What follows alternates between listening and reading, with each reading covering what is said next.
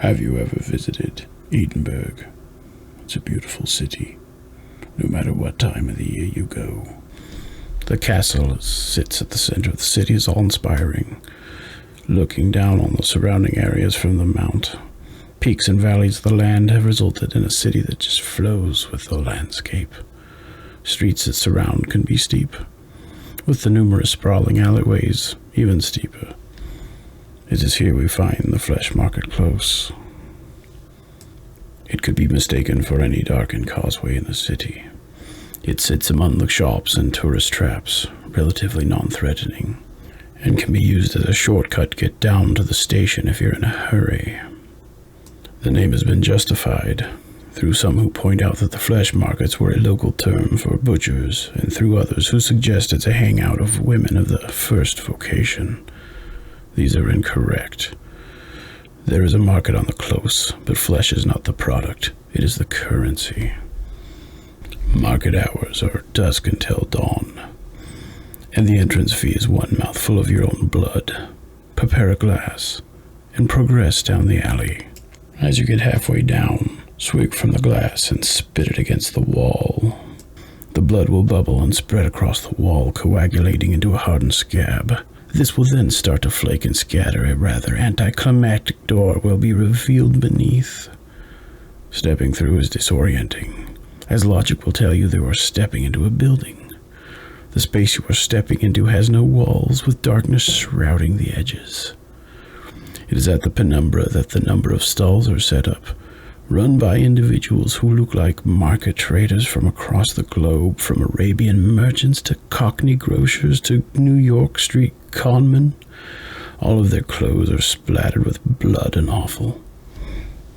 These figures will entice you to come and speak with them, and will gesture to numerous signs around the stalls regarding the sales they are currently having.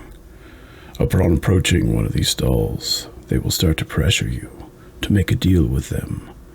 You are certainly welcome to do so, and the products they have available are certainly worth consideration. Starting on the cheap end of the spectrum, you may wish to offer one breath. A lungful will net you the knowledge of the weather for the next day. In itself a rather pointless purchase in this day of smartphones in the Met Office, but centuries go, invaluable.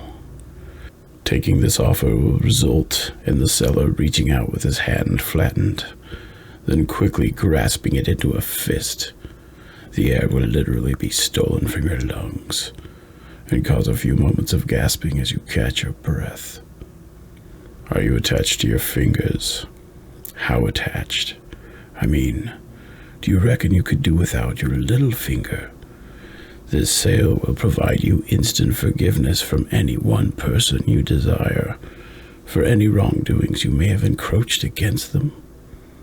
Agreeing to this one will cause the trader to grin and shout, "One Ubisume special, coming right up."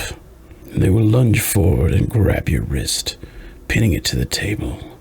Don't resist, because no one likes a tough sell. A flash of the steel and you'll be minus one digit. Just remember you can only pay twice. Now make no mistake, it will hurt. There will be probably a lot of blood, and if you don't take care of the wound, it may even get infected. As the prices go up, you may want to consider taking precautions against what you trade. Tourniquets and sutures would certainly not go amiss. Now, some of the trades will seem familiar and may hark back to stories and legends that have existed for a millennia. This is the influence the market has had on our culture, leaching in over the centuries. A pound of flesh will make it impossible for the next person you make a trade with to renege on the deal. Especially useful if you don't trust the company you keep. It has no use within the market, as all the traders here are trustworthy, and will honor a purchase to the letter and the spirit.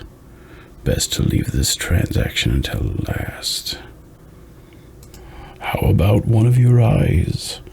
Depth perception is overrated anyway. Offering up one of them will allow you to converse with our avian friends. You'll be able to call down the birds from the trees, and they will be able to answer any question you may have. It is advisable you avoid ravens. They have their own agenda, and is not in your best interests. The salesman will grab you around the throat and slowly pry his fingers into the socket. A snap of the wrist and your visual organ will rest in their palm. Another snap and it will disappear. It is at this point where you may want to consider stronger measures to avoid your survival of payment. In this strange little world of ours, the market is hardly the strangest. Artifacts and incantations exist that can allow the body to continue to function long past the point of which mortal coils would be shuffled from. One or two can be picked up here, but few are willing to live without their sexual organs. It seems eternity is a little bit colder without the ability to get your rocks off. I'm not going to go into details as how they are taken. Suffice to say it is unpleasant and messy.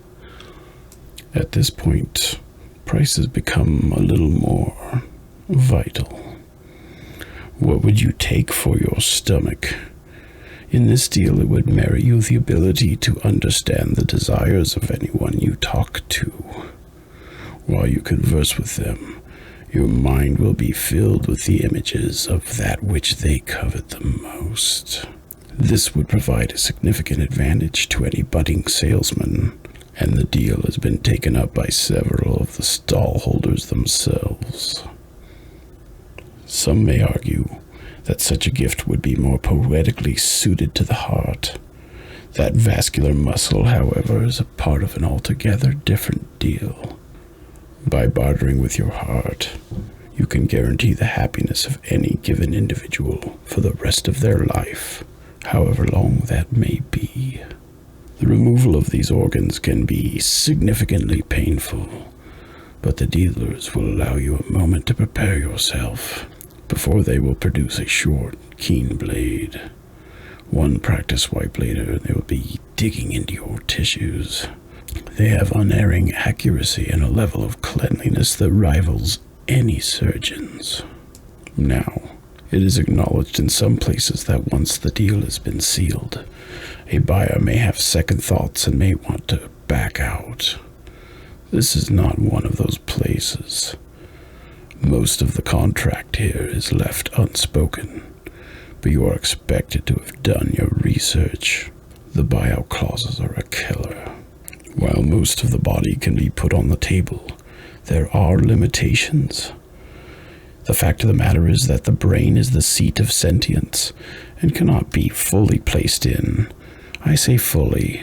There was one individual who offered to lobotomize the part of their brain that holds memory as the part of the deal. The problem is he cannot remember what he received in return. I hear he suffers night terrors for the rest of his days. Now at this point I offer up a warning. Up until now I have detailed the price list for your own body parts. Whatever you do, do not attempt to purchase anything in the market with organs of another.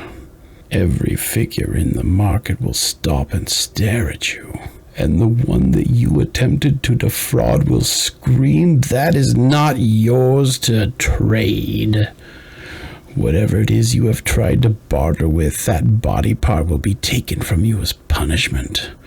A very literal eye for an eye.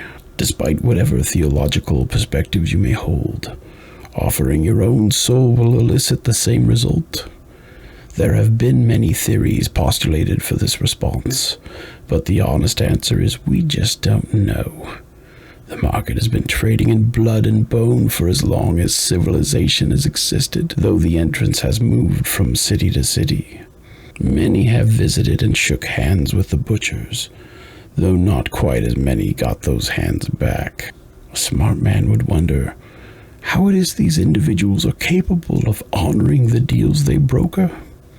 A smarter man would ask himself why his body parts are of such high value in this economy. Just understand that it is supply and demand, and as long as there are fools willing to supply, you shouldn't need to concern yourself with who is doing the demanding.